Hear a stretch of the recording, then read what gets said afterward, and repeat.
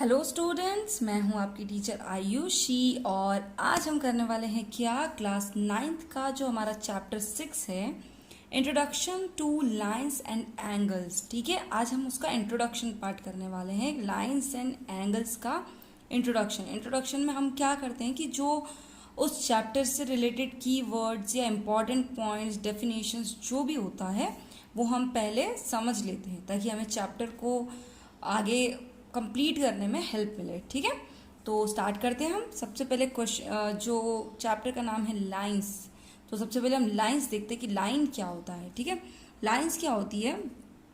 A straight one dimensional figure that has no thickness and extends endlessly in both direction. ठीक है, जिसकी कोई thickness नहीं होती, थिकनेस मोटाई, ठीक है, कोई थिकनेस नहीं होती है और वो एक्सटेंड होती है दोनों तरफ, दोनों डायरेक्शन में एंडलेसली। आप जितना उसे खींचते जाओगे तो वो एक्सटेंड होती जाएगी। ये हो गया हमारा एग्जाम्पल लाइन का। ठीक है, इसकी कोई थिकनेस नहीं है और आप इसको जितना एक्सटेंड करना चाहो आप कर सकते हो। ठीक है, तो ये क्या हो जाता है हमारा लाइन। अब आते हैं हम इंटरसेक्टिंग लाइंस पर। इंटरसेक्टिंग लाइंस क्या होती है? Two or more lines which share exactly one common point. ठीक है, दो लाइन, दो या दो से ज़्यादा, लाइक मैंने एक ये लाइन ले ली और एक ये लाइन। ठीक है, तो ये क्या हो गया? Two or more lines which share exactly one common point. इनका कॉमन पॉइंट, इनका मीट करने का कॉमन पॉइंट क्या हो गया? ये हो गया। ठीक है, तो इसका मतलब ये एक दूसरे को इंटरसेक्ट कर रही है। तो ये इंटरसेक्टिंग लाइन बहुत सारी हो सकती है।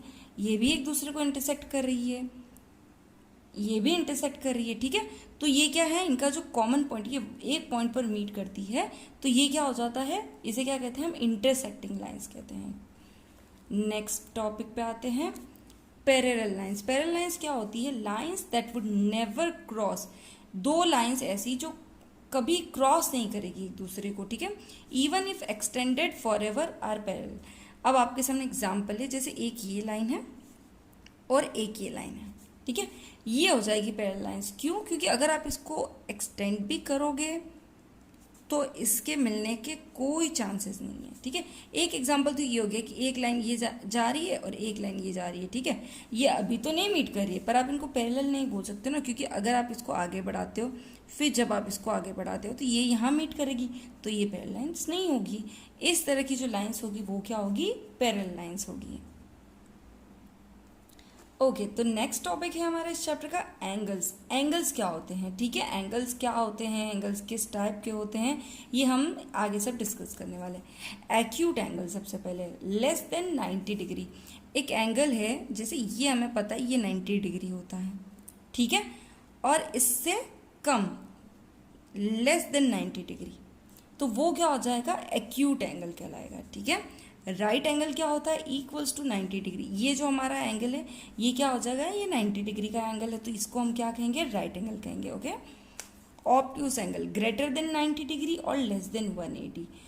जो 90 से तो ज़्यादा है लेकिन उसकी जो वैल्यू है वो 180 से कम है। ठीक है, तो उसे क्या कहेंगे? हम ऑब्ट्यूस एंगल कहेंगे। स्ट्रेट लाइन, स्ट्रेट लाइन किसे कहते हैं? Equals to 180। जैसे देखो ये लाइन है, ठीक है, एक ही पॉइंट है, यहाँ से एक लाइन इधर जा रही है, एक लाइन इधर जा रही है। ठीक है, अब यहाँ पे कोई तो एंगल बन रहा होगा ना, तो ये जो एंगल है ये क्या होता है? ये 180 डिग्री का होता है। ठीक है, ये स्ट्रेट लाइन पर बनने वाला जो एंगल होता है वो क्या होता है? हमारा 180 डिग्री का, इसे स्ट्रेट लाइन भी कह सकते हैं। Reflex angle greater than 180 less than 360। ठीक है, इसका मैं आपको एक एग्जाम्पल बता देती हूँ। रिफ्लेक्स एंगल का मतलब क्या होता है? जैसे आपको यहाँ पे एक ये एंगल दिया हुआ है, ठीक है, अब आपको ये एंगल दिया है। अब आपको अगर इसमें ये बोला है कि आप रिफ्लेक्स एंगल फाइंड आउट करो, तो रिफ्लेक्स एंगल जो है ना ये हम यहाँ से फाइंड आउट करते हैं, ये कितना है। ठीक है, सपोज टू आपको इसकी वैल्यू दे दी है 50, ये पूरा कितना होता है? 360। ठीक है, तो अगर हमें रिफ्लेक्स एंगल फाइंड आउट करना है तो हम क्या करेंगे?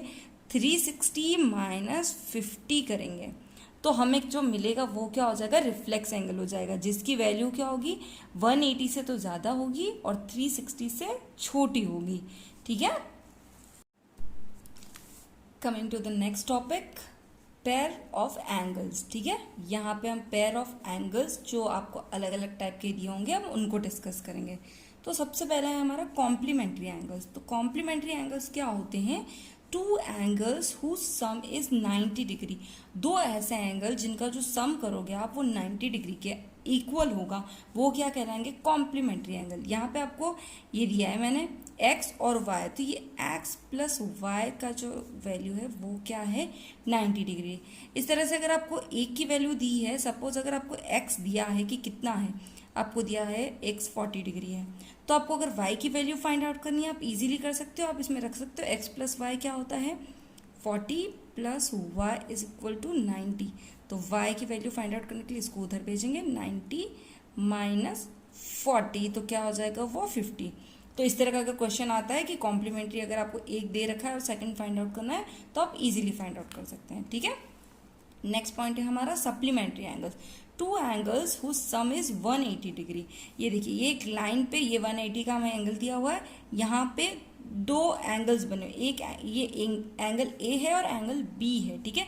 तो इन दोनों का सम किसके इक्वल होगा? 180 के। तो angle A plus B is equal to 180 degree, ठीक है। और इसी तरह अगर आपको एक एंगल फाइंड दिया हुआ है और आपको दूसरा एंगल फाइंड आउट करना है, आप इस तरह से उसको फाइंड आउट कर सकते हैं। Adjacent angles, two angles that share a side and vertex. आपको क्या करना है, अब आपको ये इस तरह का दिया हुआ है और आपको पूछा है कि एडजेसेंट एंगल क्या होते हैं, कौन से एक्स और जेड एडजेसेंट है या एक्स और वाई है। तो आपको क्या करना है, एक चीज़ याद रखनी है कि जो नेबर एंगल है, इसका पड़ोसी एंगल है, वो क्या होता है? एडजेसेंट एंगल होता है। तो एक्स और Y, X and Y adjacent है, वाई एंड जेड भी है, लेकिन x और z नहीं है, ठीक है। क्यों? क्योंकि ये सेम साइड जो है शेयर नहीं करते हैं। ओके, तो नेक्स्ट हमारा पॉइंट है linear pair of angles. Linear pair of angles क्या होता है? यहाँ देखिए, एक स्ट्रेट लाइन दी है हमें और यहाँ से एक जो पॉइंट है O, वहाँ से ये एंगल्स इमर्ज हो रहे हैं, ठीक है। तो यहाँ हम देखते हैं एंगल C बन रहा है, एंगल B है और एंगल E है, ठीक है। तो लीनियर पेयर ऑफ एंगल्स मतलब क्या होता है कि एक स्ट्रेट लाइन पर बनने वाले जितने भी एंगल्स होते हैं ना, उनका सम हमेशा 180 डिग्री के इक्वल होता है। तो angle A plus B plus C कितना हो जाएगा? A plus B plus C is equal to 180 degree हो जाएगा, ठीक है। अब आते हैं हमारे vertically opposite angle. Vertically opposite angle means easy है। यहाँ वर्टिकली ये एक दूसरे को दो लाइंस जो है वो इंटरसेक्ट कर रही है, ठीक है। तो इनके opposite angle, angle A opposite angle B के, angle C opposite angle D के, ठीक है। तो ये इजीली हमारा कॉन्सेप्ट क्लियर हो गया।